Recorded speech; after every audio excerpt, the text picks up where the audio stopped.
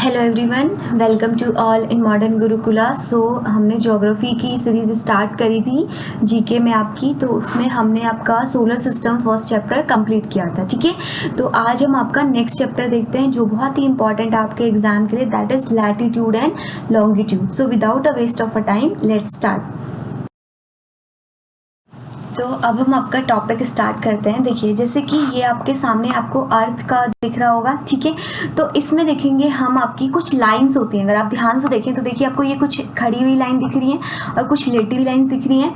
तो जो आपका अर्थ होता है ना, उसमें आपकी लाइंस होती हैं। ये लाइन क्या होती है, जिसको हम बोलते हैं आपका लैटिट्यूड और क्या बोलते हैं आपका लॉन्गिट्यूड। ठीक है, तो इसको पहले हम मैप से देखते हैं कि क्या है ये लाइन एक्चुअली।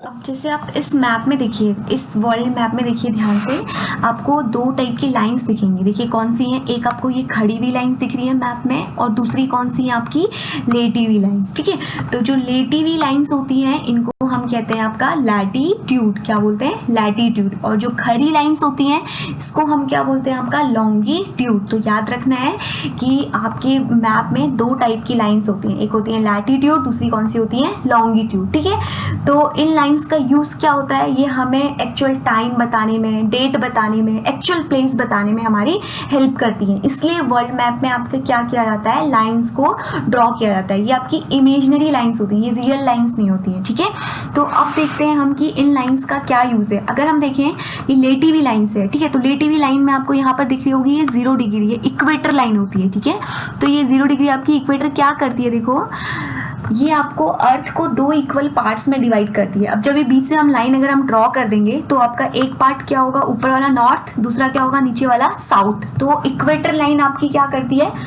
दो हेमिस्फीयर में डिवाइड कर देती है, दो पार्ट्स में डिवाइड कर देती है, एक नॉर्थ और एक साउथ। तो नॉर्थ को हम क्या बोलते हैं नॉर्दर्न हेमिस्फीयर, और साउथ को हम क्या बोलते हैं सदर्न हेमिस्फीयर। ठीक है, उसके बाद जो ये बीच वाली लाइन है इक्वेटर, इक्वेटर क्या करती है, इक्वेटर अर्थ को दो पार्ट्स में, किस पार्ट में डिवाइड करती है, इधर वाले पार्ट को हम क्या बोलेंगे आपका ईस्ट, और इधर वाले को हम क्या बोलेंगे आपका वेस्ट। ठीक है, तो लैटिट्यूड लाइन को याद रखना है, कैसे किस पार्ट में डिवाइड करती है, नॉर्थ हेमिस्फीयर, और नीचे वाले को हम क्या बोलते हैं साउथ हेमिस्फीयर। ठीक है, और इक्वेटर कैसे करती है, इक्वेटर ईस्ट साइड, और दूसरा किसमें करती है वेस्ट साइड में। ठीक है, अब हम समझते हैं लैटिट्यूड और लॉन्गिट्यूड लाइंस को। इतना क्लियर हो गया कि क्या है ये लाइंस। ठीक है, अब जब देखो एक चीज और समझ लीजिए, वेरी इंपॉर्टेंट जो है, जब ये इक्वेटर आपकी 20 से पार्ट्स में डिवाइड करेगी तो कुछ लाइन आपकी ऊपर चली जाएंगी और कुछ लाइन क्या होंगी आपकी नीचे चली जाएंगी। तो अभी हम इसको आगे स्लाइड्स में कवर करते हैं। चलो ये समझ में आ गया ना, लाइंस क्या होती है, लैटिट्यूड लॉन्गिट्यूड क्या होता है। स्टार्ट करते हैं आगे। देखो ये देखो यहाँ से क्लियर होगा, देखो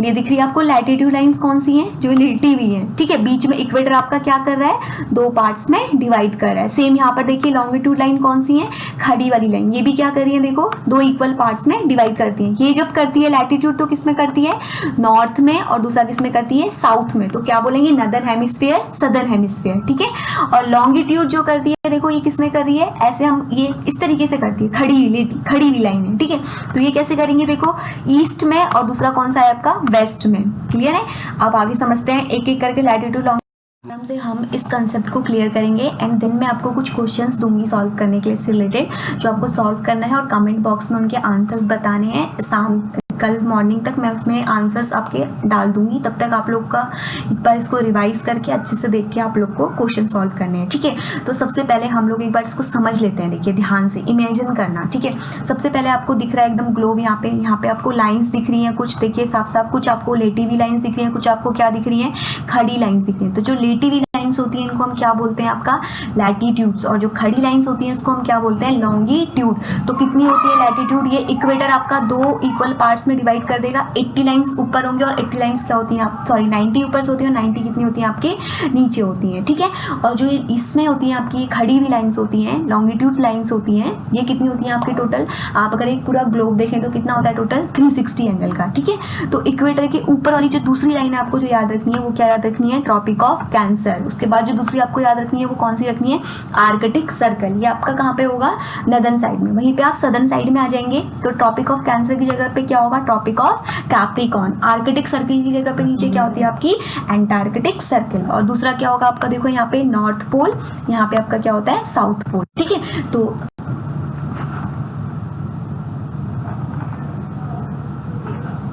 ये इतना क्लियर हो गया, ठीक है। अब मैं आपको कुछ क्वेश्चंस देती हूँ, आप लोग उसको सॉल्व करना, देन मैं आंसर्स आपके अपलोड कर दूंगी, और कोई भी प्रॉब्लम हो तो आप लोग पूछ लेना।